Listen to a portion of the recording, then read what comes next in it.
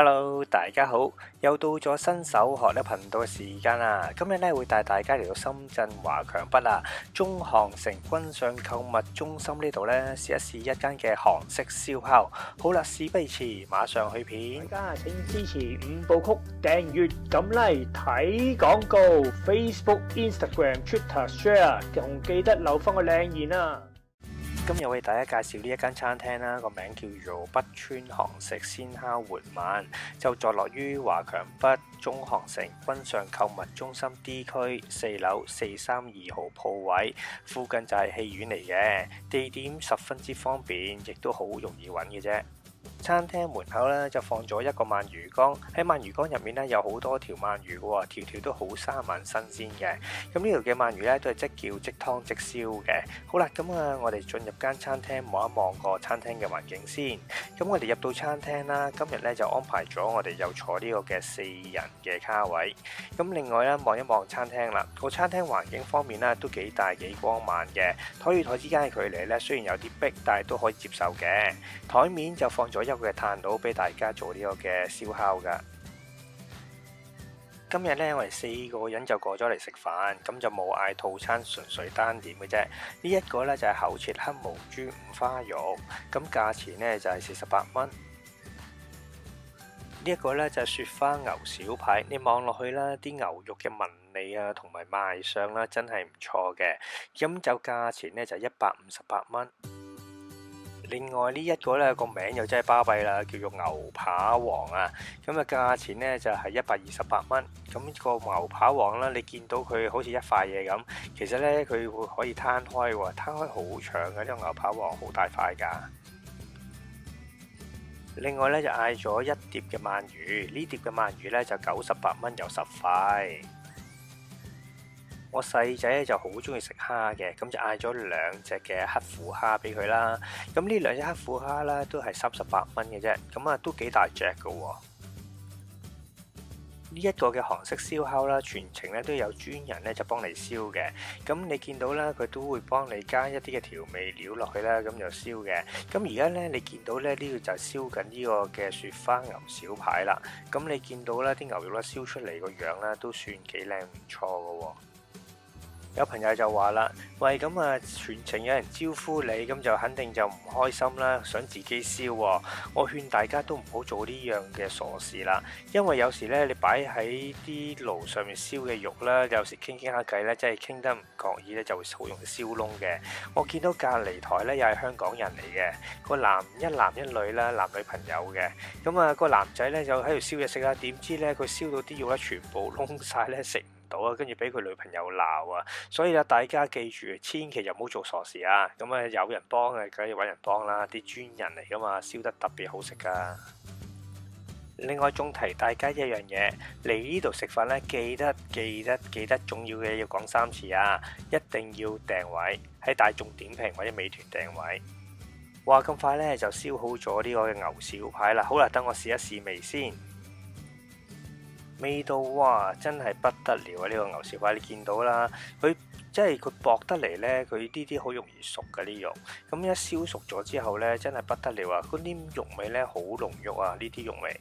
咁同埋呢，亦都有肉汁嘅喎，真係好食啊！呢個牛小排，誠意推介呢個牛小排。呢一個呢，就係厚切黑毛豬五花肉，個肉嚟講呢，就比較厚身少少嘅，需要呢燒長啲嘅時間嘅。除非你自己好有心機啦，如果唔係咧，呢啲嘢都交俾個專人去處理會比較好啲啦。咁個侍應嚟講咧，佢都好細心咁樣幫大家會燒呢啲肉嘅。跟住佢就問我啦，咁你想唔想睇下搶火嘅片段啊？叫我拍緊嘢，跟住佢話都可以嘅。跟住咧佢就拎起塊肉啦，跟住咧滴一滴嗰啲嘅油份落去嗰啲炭嗰度咧，咁就即刻咧有一個嘅搶火嘅效果。佢話咁樣咧拍出嚟咧會靚啲㗎。燒完之後咧，侍應咧就將個烤網咧就轉成呢個嘅燒烤用嘅鐵板嘅，跟住咧就會將呢啲2塊嘅五花肉啦攞嚟煎嘅。五花肉咧兩邊煎好咗之後咧，個侍應咧就會拎起咧就剪成條狀嘅。剪好咗之後咧，跟住就會將呢啲嘅條狀嘅五花肉啦嘅入面嘅位置咧再煎一煎佢。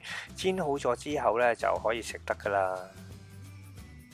用咗咁多功夫啦，終於整好咗呢個嘅五花肉啦。你見到呢個五花肉啦，其實個脂肪嘅部分咧都幾多嘅，都幾肥嘅。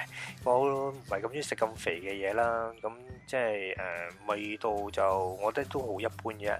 下次我都未必會再嗌呢個嘅厚切五花肉。好啦，咁啊輪到呢個嘅牛扒王啦。嗱，呢塊牛扒王咧真係好大塊噶。咁等個侍應拎呢個牛扒王啦上去個烤網度咧燒俾大家睇下啦。你見到呢個牛扒王啦都已經壓晒啦嗰個嘅烤網嘅位置啊，咁啊真係好大噶。咁佢嗰個厚度嚟講咧唔係話太過薄嘅啫，咁啊一般嘅厚度啦，咁啊都可以嘅。個侍應咧就將一啲嘅燒好咗嘅牛扒嘅部分啦，就會剪開，方便大家拎嚟食嘅。咁如果想食熟啲嘅，咪烤耐啲咯。如果唔係嘅，咁啊即刻拎嚟食咧都冇問題嘅。咁啊方便大家食嘅啫。咁啊牛肉個肉質方面啦，就好香牛肉味嘅。咁啊肉汁咧亦都好充足嘅。咁啊真係幾好食啊！呢個牛扒王。我夾起呢塊嘅牛扒王俾大家睇下啦。咁呢個牛扒王咧都比較厚身啲嘅呢個。咁啊味道嚟講咧好香牛肉味啦，肉質嚟講咧好鮮嫩嘅，好腍身嘅。肉汁嚟講咧亦都係好充足嘅，所以咧呢個嘅牛扒王咧真係好食嘅。咁啊誠意推介大家食呢個嘅牛扒王。咁我老婆啦，另外再點咗呢一個嘅韓式牛扒湯。咁啊，好啦，不俾大家睇下呢個嘅牛扒湯有啲乜嘢嘅材料先。咁你見到啦，有啲嘅肉啊、紅棗啊、杞子啊嗰啲嘢啦。咁啊，啲肉嚟講咧都幾多嘅。咁啊，呢啲肉都唔係話即係啲肥肉嚟㗎。咁啊，都係一啲嘅牛肉啦。咁啊，都幾足料嘅。價錢就36蚊，都唔算太貴，都幾抵飲㗎。輪到主角出場啦，主角咧就係呢啲嘅燒鰻魚啦。咁啊呢碟嘅燒鰻魚咧就98蚊有10塊嘅。另外咧亦都會有一啲嘅醬料去跟嘅，咁有一啲嘅紫菜啊，一啲嘅鰻魚醬啊、辣醬啊、芥辣啊等等嘅配料。全程咧咁有專人咧就燒呢啲嘅鰻魚俾大家嘅。咁啊佢都會將呢啲鰻魚啦咁就放晒喺嗰個烤爐上面啦。個侍應咧就會好有心機咁咧幫大家燒呢嘅鰻魚嘅。咁啊燒到咁上下嘅時間咧，就會放上兩隻嘅虎蝦喺側邊燒啦。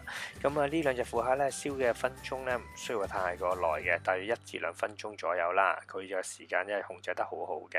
好啦，咁啊燒好咗之後咧，個虎蝦咧就食得噶啦。跟住咧啲鰻魚咧就會搽上一啲鰻魚汁啦落去燒嘅。咁我一半要汁，一半唔要汁啦。唔要汁嘅可以試到鰻魚嘅真味啊嘛。我就用紫菜咧就包住呢一隻有汁嘅鰻魚嚟食啦，都味道都算唔錯嘅。咁另外啦，呢啲就係燒好咗嘅虎蝦啦，味道嚟講都算唔錯嘅。咁啊蝦肉嚟講咧都爽口彈牙嘅，幾好。最後個燒烤網咧就轉咗做呢個嘅鐵板，咁就攞嚟燒呢啲嘅蔬菜。咁呢啲咧就係一啲嘅瓜片同埋一啲嘅薯仔片咯。燒過嘅瓜片同薯仔片咧都幾好食噶。